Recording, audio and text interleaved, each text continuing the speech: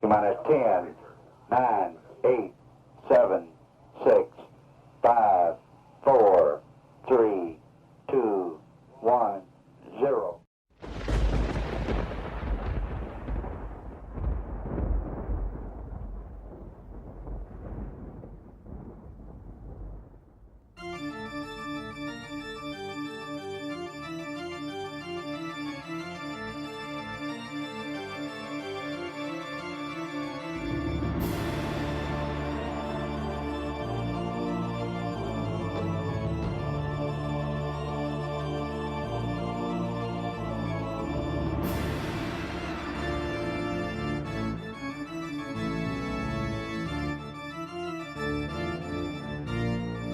Welcome to the Sacred Division.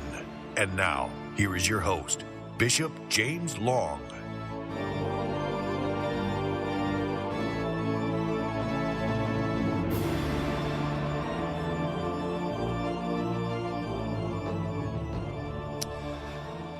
Well, all right. Hello, everybody, and welcome to the Sacred Division. Happy Friday to all of you folks out there, and hopefully this Friday is a wonderful one for you. I tell you what, in Kentucky, we had a little bit of snow, just a little bit. Not much, but, maybe just like an inch or inch and a half, something like that. Nothing to get really excited about. And most of it's, pretty much now melted.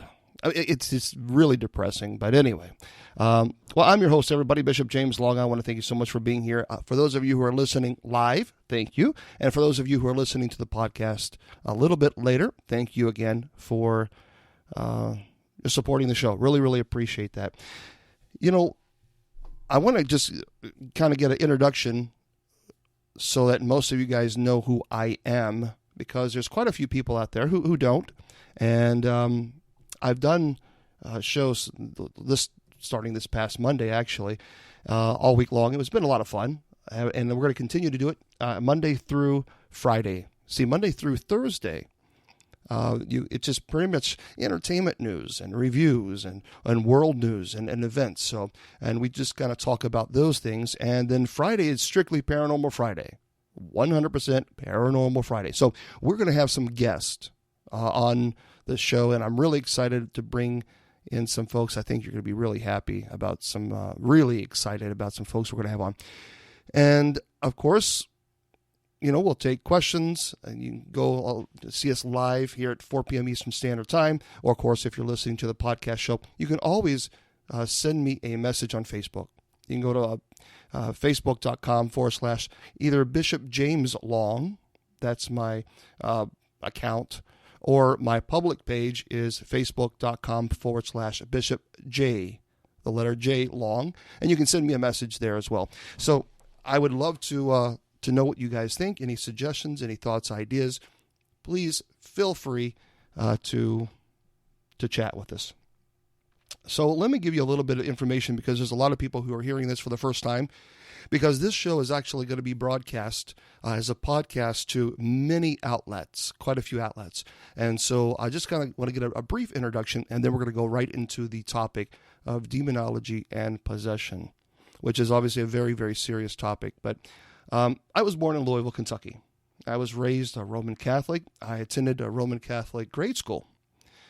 And it was actually during that time that I was attending kindergarten that I knew I wanted to be a priest. I didn't really know what it meant. I just knew that's what I wanted to do. And my mother, we were at church, and my mother asked me what I wanted to do when I grew up, and I pointed at the priest. And I said, I want to do what he does. And from then on, my calling to the priesthood has never stopped. As a matter of fact, I remember even at 9 years old, I had this deep, deep desire, extreme desire to actually learn demonology. I didn't know what it meant, and I didn't know why I was so drawn to it. But even as a kid, I loved the paranormal. I just, anything paranormal, I just wanted to soak it up. But when it came to demonology, there was more than just an interest. It was a deep desire to want. It's almost as if the only way I can describe it, it was as if something was basically telling me, this is something you need to know for the future. This is something that you need to know for preparation for the future. It was just something that I knew that I had to know. So at 9 years old, I began studying demonology. And of course, back then, those were the days of a card catalog. And so for those young whippersnappers these days, if you don't know what a card catalog is, ask the older folks. And we know what the card catalogs were. Oh my God, it was a monster mess just to try to find, a book. But that's how we did it. There was no computer system. I mean, it was just, you went to the public library and you got as many books as you possibly can via the card catalog. So I decided to attend then St. Meinrad College at the seminary, and in Meinrad, Indiana, St. Meinrad, Indiana. And the school closed down because of financial problems. And so I then transferred to Loyola University in Chicago and St. Joseph Seminary. And that's where I finished my undergraduate degree. And so I completed my undergraduate and then went to St. Mary of the Lake, Mundelein, Illinois, which is an absolutely beautiful campus, just truly beautiful. And keep in mind, my study of demonology did not stop. It kept going. And as a matter of fact, not only did it keep going, but because I was studying for the seminary, I had resources that I hadn't had before. And books were just amazing. And even priests that I was able to speak to, it was pretty phenomenal. And I went to graduate school for 2 years. And I had received my minor orders to the priesthood, but I really decided then that God was calling me to serve within the Old Catholic Church. And because I wanted to serve everyone. I didn't care if you were Old Catholic, if you were Roman Catholic, if you're Methodist, Episcopalians, non-denominational. I wanted to help everybody. And so I chose to join the Old Catholic Church. So, and that's where I am today. I'm with the United States Old Catholic Church. And I'm the coadjutor to the presiding bishop, and I'm also the abbot for the Benedictine community that we have here in the United States Old Catholic Church. Now, I serve as the exorcist for the United States Old Catholic Church. I was trained by an exorcist. I was trained in the Roman Rite, and so I have done, as of today, I've done actually 29 exorcisms on individuals who are validly possessed. And that's really important, validly possessed. And we'll talk about that a little bit later. I promise you I'll kind of explain that in just a bit. Those of you who are looking at the picture, or if you've seen the some promos of the podcast, if you think, I think I saw that guy. Well, I've done a lot of television shows in the paranormal. When I started in the paranormal community, this was over 20 years ago, by the way, there were no clergy. As far as Catholic clergy, none helping the paranormal community. There was none. And I know because if you were back in the paranormal community 25 years ago, you would know that there was no social media. I mean, the only social media that we had were Yahoo groups. And that's how the paranormal community, that's how we communicated with one another. There was no Facebook, there was no MySpace or Twitter or any of that stuff. Instagram, that didn't exist. So we communicated with one another through Yahoo groups. So that kind of tells you if you've been involved in the paranormal for that long, you know what I'm talking about. And it drives me crazy. I don't know about you, but it drives me absolutely insane when I hear someone say, well, I've been in the paranormal for 30 years, and they're 33 years old. Well, I mean, really, seriously, it just looks foolish. It really does. It looks foolish when you do that. Or I've been, in the paranormal for 30 years, or someone's 35 or whatever. It's like, okay, really, seriously, enough's enough. So within the paranormal community, that's a big thing now, that people seem to be exaggerating how long they've been in the paranormal community, because somehow in their mind that creates credibility. But actually, people who have really been in the paranormal for over 20 years, we know who was in the paranormal community because we were there. We were the ones communicating through Yahoo groups. So we know who the groups were and the individuals. But anyway, you get the point. So 20 years ago, I really didn't want to go public with my ministry. I had no desire to. But people kept pushing me, friends of mine in the paranormal, because they said, James, there's no clergy helping the paranormal community. The only person that was helping at the time was Father Andrew Calder. And Andy was a good friend of mine. And he was with the Episcopalian Church, but actually it's an offshoot. It's a schismatic group from the main church, and even he was very limited on his training on the right, and so I went public with my ministry, and boy, I tell you what, I've talked about this before. Man, I could do a show, a full hour show, telling you some of the things that I went through, the hatred. I mean, the threats. I was getting death threats. And it was getting so severe that when I went to a paranormal conference, they had to hire extra police because I was getting legitimate death threats. Because remember, understand, there was no clergy helping. There was no clergy publicly helping the paranormal community at all. And so I was the very first openly Catholic clergy who was willing to say, okay, I'm going to help. And I thought people would say, okay, good, we have some help. But my God, there were some people that were vicious. Now, that could also be because I was very open and have been since the beginning about my sexual orientation. I'm a gay man. And so because of that, and because I fight for human rights, women rights, LGBTQ rights, that put a target on my back, unfortunately. It was so bad that the death threats that I was getting, I had to carry a gun with me. So when I went at St. Christopher's in Louisville, when we had a parish here, I had a gun on my body when I was saying Mass because the death threats were getting so serious. And I had to protect, the flock.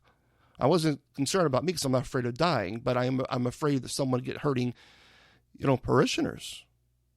And so I had a gun with me. And boy, I tell you, it was crazy. But a lot of people remember me through Ghost Adventures. I did the Bobby Mackey's episodes and the Exorcism Live at the Exorcist house. It was, oh my gosh, it was massive. That was massive. But I've been in US Weekly, Time Magazine, Travel Channel. I did all those shows for one reason, because I didn't get paid. I did those shows because I started the Paranormal Clergy about 18 years ago, where the Paranormal Clergy was an organization.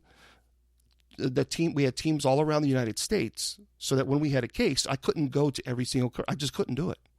And so I said, okay, there was no organization at that time helping as far as a big organization. So I thought, okay, let's start the Paranormal Clergy. And that was the very first one that was ever created to help everybody. Doesn't matter where you are in the States. And so we kind of grew. But the whole purpose of the Paranormal Clergy was for me to eventually step to the side and let the laity control it. And so Rich Valdez, who is absolutely phenomenal, is just doing he's a good friend of mine. I consider him a brother. I wish I could speak to him more, but I'm so swamped with ministry. But he's in charge of the Paranormal Clergy, and he does a phenomenal job answering emails all the time, sifting through all the ones, and he's been in the paranormal community for a very, very long time. So his credibility is top-notch. But the reason is I did so many of those the television shows is because I wanted to get the word out about the Paranormal Clergy so that we can continue to help people for free. I mean, there's no way I could pay for the advertisement on all the paranormal shows. There's no way. So, and I wouldn't either because, we're doing this for free. So it wouldn't make sense to spend $20,000, $50,000 on advertisement when, number one, I've taken a vow of poverty, so that's not going to happen. And number two, it just doesn't make sense to pay $50,000 for, to advertise to help people for free. So when I can do it for free and I can advertise them for free, and that's what we did. So that's why I did a lot of television shows. And yes, it did put a target on my back. Because of the exposure. It was good and bad. I really, honest to God, I could write a book on the experiences that I've had in the paranormal community and the death threats. And even today. And so there's people who write, matter of fact, let me check the emails now. Right now, I have 2,501 emails. And that's for 2 weeks. So it's tough to kind of go through all of them, but I do the best that I can with my limited resources. By the way, If you want to learn demonology, angelology, paranormal studies, and genealogy, please tell your friends to go to paranormalcourse.com or demonologyclass.com, either one.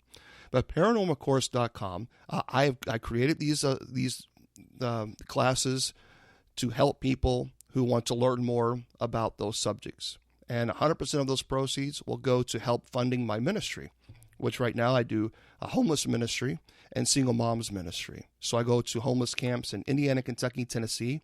I pass out food, clothes, sleeping bags, etc. to them. And then for single moms young mothers who just leave a very abusive relationship, I try to help them pay for either maybe half of their rent or their electric. And most of these people, most of the moms who get out of an abusive relationship, they do go for government assistance. But sometimes it takes a couple months for government assistance to kick in. And so in the meantime, they need help right now. And so that's where people like myself and my ministry comes in. We help as many people as we can. And we also help a lot of people during Christmas too. So this Christmas, we helped quite a few people, and I was really honored to be a part of it. You know, honest to God, when I help other people, that is where I see the face of God. That is where I see God. Cathedrals are beautiful and they're nice to look at, but really when I am there face to face with somebody and trying to help them and showing them love and compassion and letting them know that they're not alone, that to me is where God is. And God is also in the cathedral, certainly, but for me, it's very much, I think, an action ministry where I see God when I help other people. So yeah, that's a little bit about me. So I want to thank all of you guys who are in the chat room. Also in the other chat room, we have some other websites that people are listening to us. So thank you as well. And yeah, Deborah says Yahoo groups. I then remember your MySpace page. Yeah, MySpace page was huge. Oh my gosh, if you had a MySpace page, that was it. When MySpace came along and you could create your page. Oh man, everybody loved that. That was the thing. I mean, that was it. Or Yahoo Site Builder. Remember that one? The Yahoo Site Builder. When you had a Yahoo Site Builder page, I mean, you were rocking it. And yeah, boy, how times have changed, huh? Times have changed. So I want to thank all of you guys for being here. I really, really appreciate it. Let's jump into the topic for the day. And Miss Wilma's not here because it scares her. And so I definitely understand that. One of the things that, as an exorcist, that I'm finding a major problem within the paranormal community, and this is a serious issue, is there are so many people who are speaking about demonology who have no proper education, who have just simply either read something online or watched the paranormal show, and then they begin to project these thoughts and opinions on demonology and speak as if they are an authoritative figure in the field. That concerns me, because there are some things that people are talking and preaching about and teaching that are just blatantly wrong. I mean, just plain and simple. It's just wrong. And I'm concerned with so many people now claiming to be demonologists. Even worse, I am really deeply concerned with a lot of paranormal teams who have a psychic, a person who claims to be psychic, and now this psychic all of a sudden is an exorcist. You know, it used to be 20 years ago, people left demonology alone. I mean, they respected it, they understood the dangers, and they didn't want to pretend to be something that they were not. Now it just seems like every single team has a psychic, and every single team has an exorcist or a demonologist who are performing the rites that are only reserved for an exorcist. So let me just say this very clearly. A demonologist and exorcist are not the same thing. So you have to understand that. A demonologist is one who has studied demonology and who has primary research, meaning that they are actually boots on the ground, all right? They're actually taking on cases. They haven't just read it. Anybody can read a book on demonology. That doesn't make you a demonologist.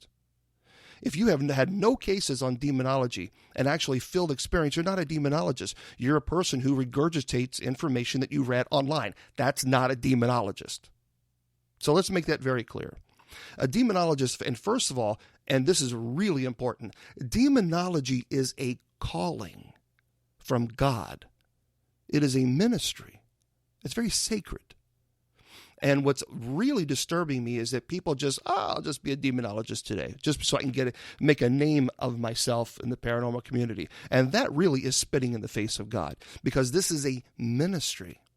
And not only is it it is a very serious ministry. And so that has to be understood. Demonology, to be a demonologist, you have to understand, number one, you have a calling from God. What disturbs me is that I'm seeing a lot of people who claim to be demonologists, and on their Facebook page, there's nothing about God. There's nothing about works of mercy. There's nothing about prayer. But there's tons of stuff about them promoting themselves. That's ego. That's not demonology. So let's make that very clear. And ego stands for edging God out. You cannot have an ego and then turn around and say you are a demonologist. It doesn't work. Those two are not compatible. And unless that individual understands that, if it continues, if this facade continues, then they're going to find themselves in a real serious situation, where then they're going to realize that this wasn't a joke, that this wasn't something you do as a tagline so you can be famous in the paranormal, because the consequences of this are very, very serious. This is not a game. And so I'm deeply troubled by sometimes I go to these Facebook pages, or people say, well, I want to join the paranormal clergy and I want to be a demonologist. I want to help people. But then you go to their website or the Facebook, and it literally is promoting them, promoting. It's all about signing autographs and doing this and doing it. And I'm thinking, there's not one thing on your page about God. Nothing at all. And so that's deeply troubling to me. So let's go, and an exorcist, by the way, is one who has studied and been properly trained in the rite, meaning the solemn rite of exorcism, and someone who understands and devoted their entire lives to not only the study of demonology, but also understanding how to perform this ritual, this very sacred ritual. Now, people always get angry when I say this, but tough. The solemn rite of exorcism, in the preface, in the rubrics, the rules, it is very clear. And these are not my rules, by the way. But the rules of the prayer say that if you are not a validly ordained priest who has been trained in this rite, you have no business even opening the book. Now, that's not Bishop Long preaching. That is, the actual book is very clear on that. Understand that the first mention of exorcists as an office comes from a letter written by Pope Cornelius in 253. This is an ancient ritual. Medieval rites of exorcism included renunciation of the devil, and the first rite of exorcism was written in 1614. And the office of exorcist continued as a minor order to the road to the priesthood up until 1972. Now, understand that the Code of Canon Law, it specifies that each bishop is a designated exorcist until the revision of the code that happened in 1983. There was a revision in 1999, and now the minor rite of exorcism was published by Pope Leo XIII on May 18th, 1890.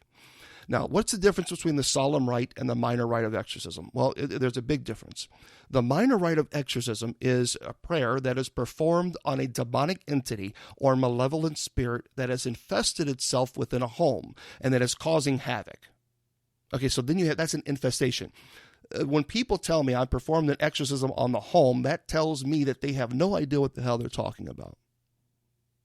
They have no idea what they're talking about. They're clearly not trained. And many people have said, well, I performed 500 exorcisms and I performed an exorcism on a home. And I'm thinking, well, obviously you don't know what you're talking about.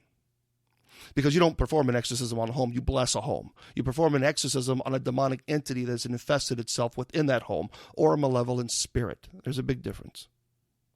Now, the solemn rite of exorcism is a very sacred rite that is performed on an individual who has undergone the stages of of ordinary demonic activity, extraordinary demonic activity, and then possession. Now, we're going to talk about this in a minute. So that person is actually validly possessed, meaning that the individual has had a psychological evaluation and that all mental issues have been ruled out. It is absolutely barbaric. It is fraudulent. And it is immoral beyond all comprehension to perform an exorcism on someone without having a psychological evaluation.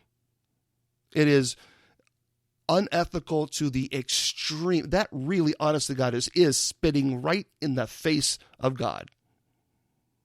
You never, ever perform an exorcism on someone without having a psychological evaluation. Never. And the reason is rather simple. If the person is suffering from dissociative identity disorder, which is multiple personality, and you perform an exorcism on that person, you can create another personality. Or if the person is in a schizophrenic state of mind, and they're manic, and you perform an exorcism, then you can put them in a depressed state, in a manic state, and they can commit suicide. So to perform an exorcism on someone without having a psychological evaluation, in my opinion, it should be illegal, and anyone who does it should be thrown in jail. Plain and simple. I really believe this. Because they are doing severe damage to someone who may be mentally ill. And that's not pastoral. It's not pastoral to do that. It's disturbing and disgusting. Now, that's not the same thing as a deliverance. The solemn rite of exorcism is not the same thing as a deliverance. A deliverance is when someone is under the stage of oppression and they have an attachment, and you pray for the removal of that attachment. The person has not become possessed. That's a deliverance. That's a different story. But even on a deliverance, you really need to know the psychological background of the individual. Because it drives me crazy. And those of you who are listening to this, if you're in the paranormal community and you really have a heart for being in this community for the right reason, you know that when teams go into a home and they immediately say, oh, I sense a demon. I sense a demon in your home. And then they leave. That is... I don't even, because now what have you done? There was a paranormal group that one time went to a family's house who had children. They were legitimately afraid. The parents were really afraid about what was going on in their home. And this person who claims to be a psychic, who says about a psychic as my dog, literally walked in. Oh, I'm experiencing a demon here. Now you're a demonologist all of a sudden. Okay, Mr. or Mrs. Psychic. Okay, and I believe that there are people who are gifted in psychic. I absolutely, because I've met people who are truly gifted in psychic. But a lot of these people, quite honestly, are ass clowns. And they really are. They're as psychic as my dog. And I experienced this. There's a demon, and this person said, "There's a demon in your home, and it wants to kill your children." Great. All right, bozo. Now you just scared the heck out of the family. Now the mother is terrified, and then the only thing you've done is create a YouTube video so that people can click on it, so you can get a buck off these people's turmoil. I hope you enjoy hell.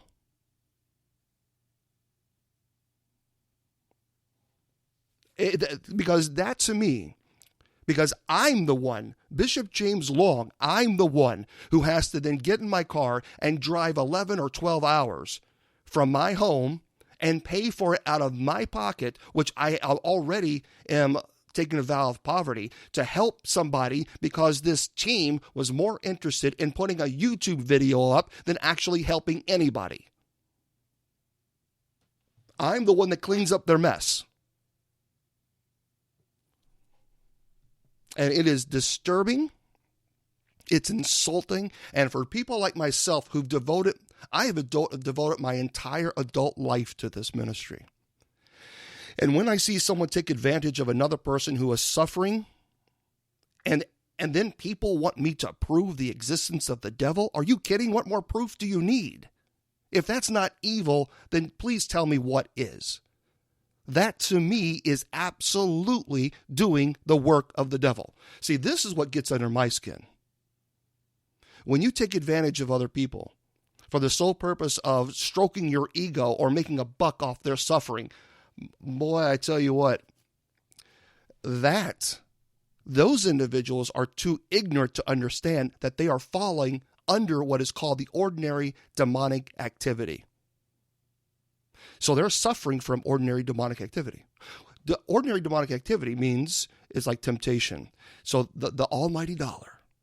So the devil's going to tempt you. Oh, it's okay. It's okay if you charge these people $10,000. It's okay. It's okay if you keep taking advantage of these people. That's all right. Go ahead and do it. Now, that's different than extraordinary demonic activity. Now, when you're talking about extraordinary demonic activity, you have 4 categories here.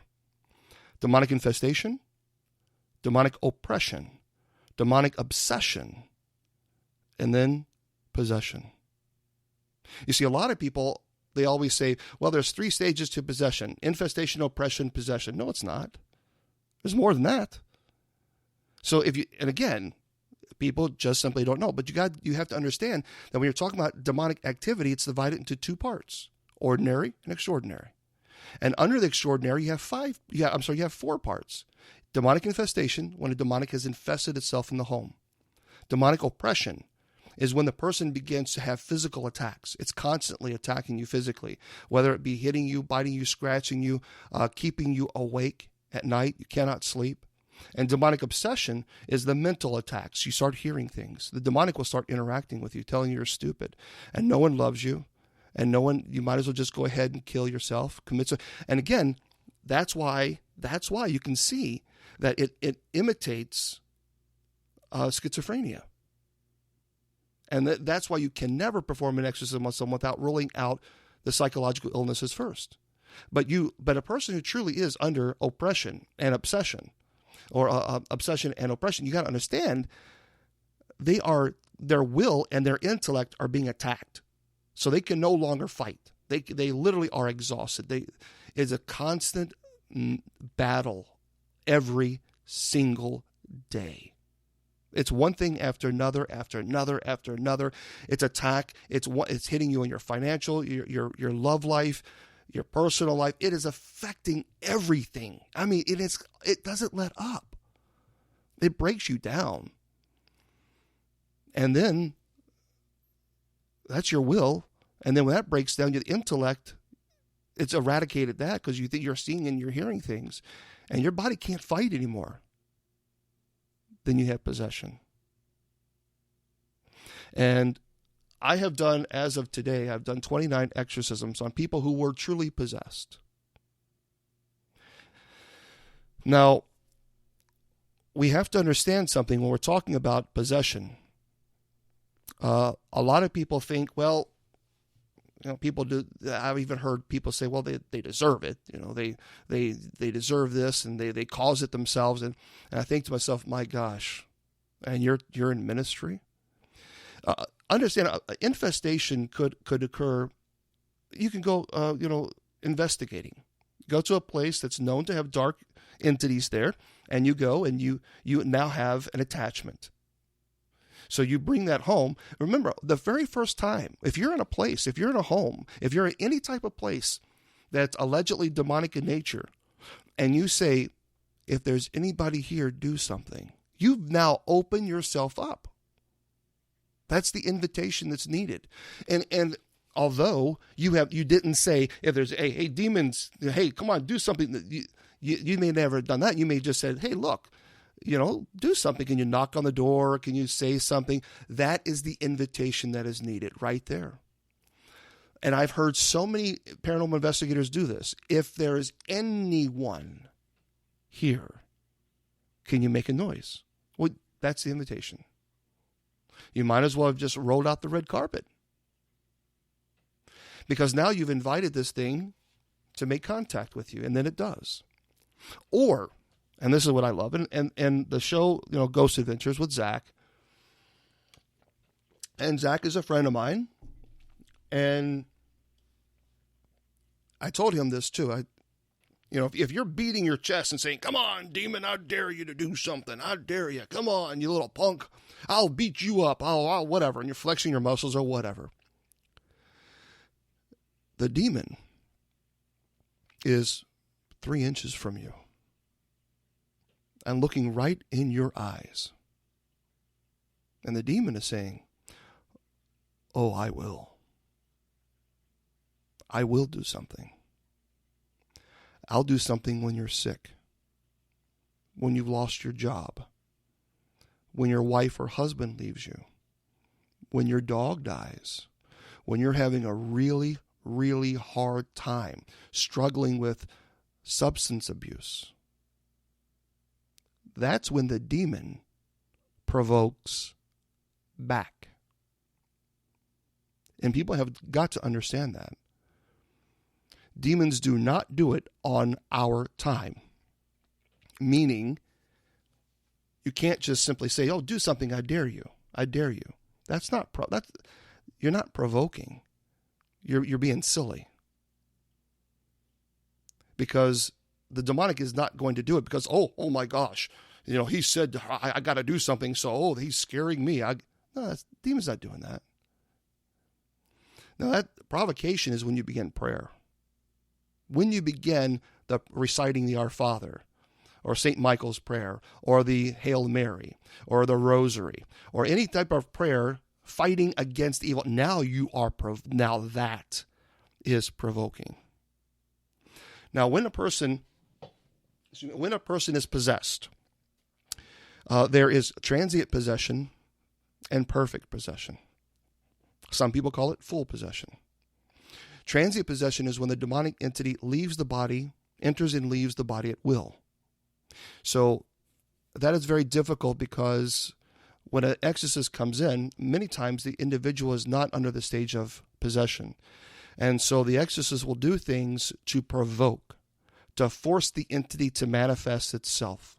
And once the signs are there, then the solemn rite continues. Now, that's different in perfect possession. And perfect possession is very, very dangerous. They're both dangerous. But when a person is under the stage of perfect possession, there's no relief. The person is under that constant stage. And giving the person food or water, you've seen the movie The Exorcist, whether there's violent regurgitation, that's actually legitimate. Because the demonic does not want any substance of life to enter the body.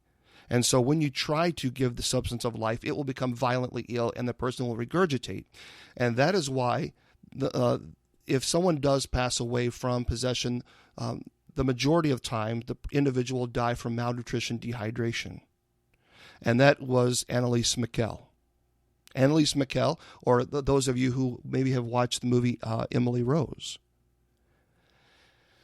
And so I have a translation in English of everything that the exorcist had stated, and she had undergone so many exorcisms. This was not just overnight. And so I have the translation, the text of what was said and what was done during the exorcism. And when we come back, we're going to go for a quick break, so you can stand, get something to drink, or we're going to play a couple of sound bites. And the sound bites are going to be some EVPs that I have captured personally when I've done cases. And also you're going to hear Anneliese Michel, a sound bite of an exorcism that was conducted on her. And so it is intense, and I'll give you fair notice before I play it in case you don't want to hear it. So don't go anywhere. We'll be right back. The Sacred Division is proudly sponsored by the United States Old Catholic Church, an all-inclusive Catholic sacramental faith community. For more information, check us out on the web at www.usocc.org. The United States Old Catholic Church, focusing on diversity.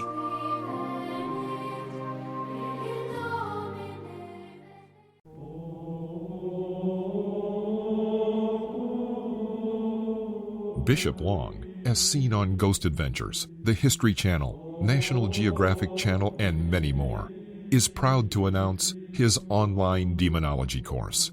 Students can take the course at their own pace, and it's 100% online. Bishop Long is the exorcist for the United States Old Catholic Church. He holds a Doctorate of Ministry, Masters of Education, Masters of Divinity, and a Masters of Business Administration. Sign up today by going to www.demonologyclass.com.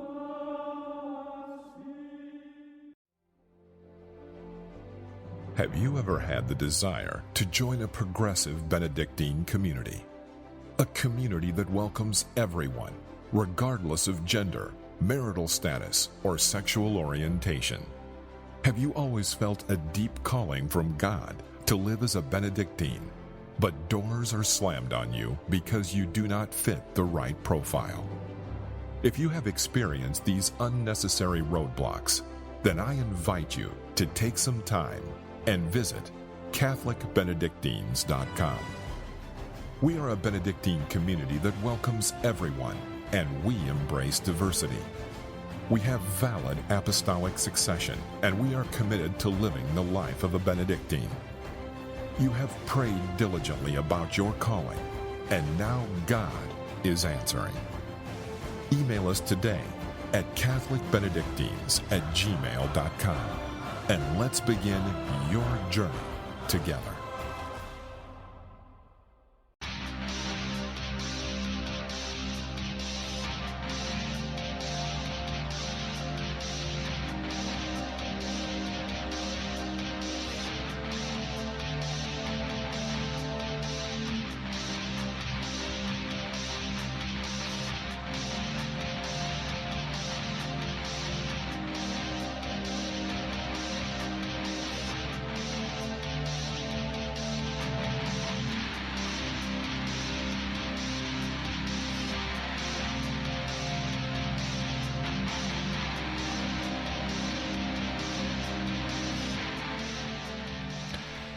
All right, everybody, welcome back to the show. I want to thank you so much again for stopping by and listening to us live. And for those of you who are listening to the podcast show, thank you as well.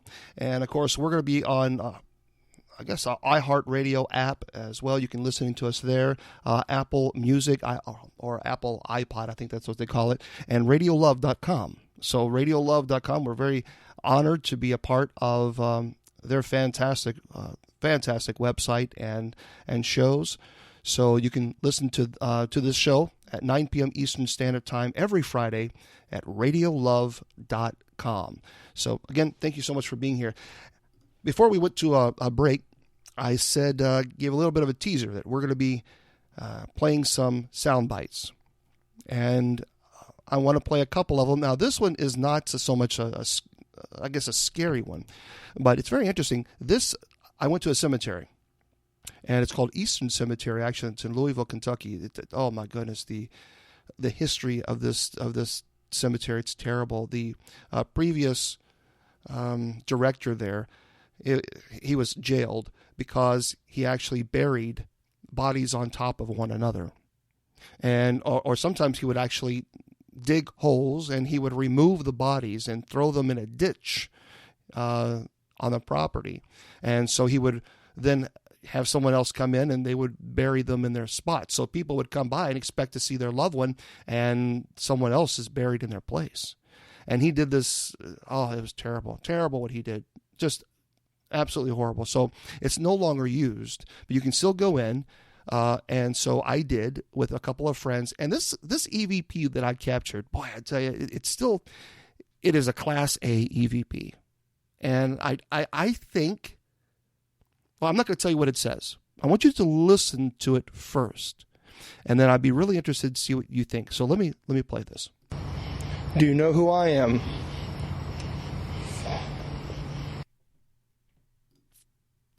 Okay, so let me play that one more time. Do you know who I am? That when I heard that the first time, it gave me chills because I mean that is so clear, so clear. One more time, and then I'll tell you what I think it says. Do you know who I am? So what it sounds like to me, it's saying is either Seth or Set. S-E-T-H or S-E-T. Now, I have no idea. I have no idea who that is. But you can clearly hear that someone was there, and there was no one around me. I'll take a lie detector test right now. There was no one around me, but that was creepy. When I heard that, I threw my headphones off because it was so clear. Something was there right next to me. And this one here, now this was a place that is known to be very demonic in nature. Now, I did not hear this. The disembodied voices, what that basically means is you can actually hear them. You can hear them with your ear. I could not hear this what I caught on EVP, but listen to this. Is there anyone here?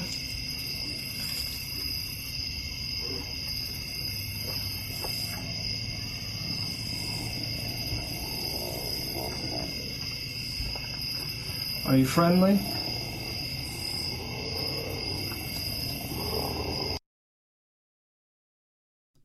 Yeah, so I think it answered the question if it's friendly or not. I could not hear the growls, but we all, the people that were there, we all felt like, okay, something is here. We were all getting the hairs standing on the back of our necks. I mean, we were all getting that cold chill. We knew something was there. We knew that something wasn't good. And I know some of you are playing, oh, please play that again. Play that one more time. Is there anyone here?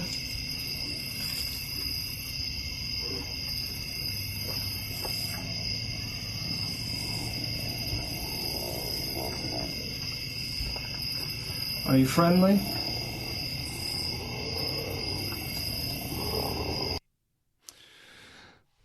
Okay, so that was obviously a pretty intense EVP. This next one, actually was, again, at Eastern Cemetery, and I was there with a friend of mine, and as soon as we got out of the car, I told him, I said, you know what, something doesn't feel right here. Something does not feel right. I feel very, very, and he felt we were both really uncomfortable, like we were being watched and going to get hurt. And listen carefully to this. We are literally standing next to the safety of the car. I don't feel that it is safe at this point in time to move away from the car at the moment. So did you hear that? Let me play that one more time. We are literally standing next to the safety of the car.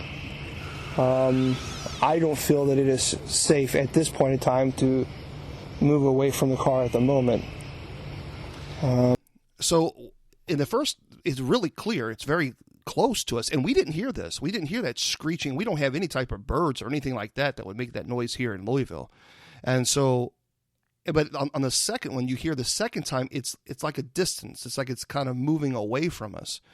But we both felt we literally got back in the car and said, no, we're not going to push this. You know, we're coming to investigate, not perform, the minor rite of exorcism. So that we knew that if we had stayed, we would have been in trouble. And finally, this is the this EVP. I want to let you know this is the Annalise Mikkel recording. Again, Emily Rose. This is an actual real recording of one of the exorcisms that was performed on Annalise. And the reason is I want to play this is because I want to share with everyone how real this stuff is. Now, there has been some debate as to how many voice pitches that she actually has in this particular recording. There have been some that have argued that they've captured 32 pitches at the same time. Tibetan monks are able to do 2 or 3, and they train their voices their entire lives when they do the chanting. So they can do 2 or 3 pitches at the same time. She did 32. Some people have said it's up to 37. But even bare minimum, let's just say bare minimum 20. I mean, let's just go way down the fact that Tibetan monks can only do 3. And these are senior, advanced, trained monks who've literally trained their voice to do that. So I want to give you guys a heads up on this. This is about 45 seconds or so. And so I'm going to go ahead and play this now. This is Anneliese Michel, otherwise known, of course, as Emily Rose. Des Heiligen Geistes, Gottes, des Heiligen Geistes,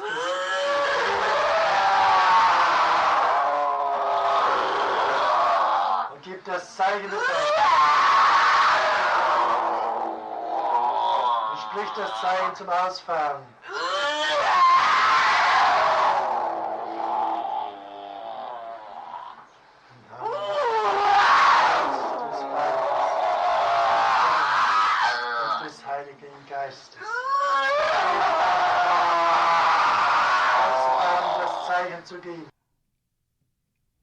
I don't think I need to play that again. But now you see the seriousness of this. That's why I get so serious when I talk about people playing exorcist. And that this is serious. Matter of fact, there was an individual who was arrested for manslaughter charges, found guilty, because they did some stupid stuff to an individual who was possessed. Or you have church communities, unfortunately, who beat the living tar out of somebody. They think that's going to work. I mean, you know, this is not make-believe. I don't charge for my services. I never have. And if I did not know, not think now, if I did not know that possession existed, I'd be doing something else with my time. Because this takes a great deal of my time every single day. And I do it willingly because it's a calling. And so this type of ministry requires the greatest devotion to being pastoral, to learning angelology, demonology, to understanding to the best of my ability of mental illnesses. And so this is why you cannot mess around with this. You just simply cannot. And it is a terrible, frightening sound. And it's gut-wrenching. When I do my lectures on demonology and possession at paranormal conferences, I will play that. And when I look at the audience, the people just have this gut-wrench look to them. And I play that because I want to share it with people how serious this is and how dangerous this is. And so the 29 exorcisms that I have done, some of them have been, the screeching has been very similar to this. I have heard the multiple pitches. I have seen eyes that are just solid black. It's a blackness. The only way you can describe it is as if it's a mirror.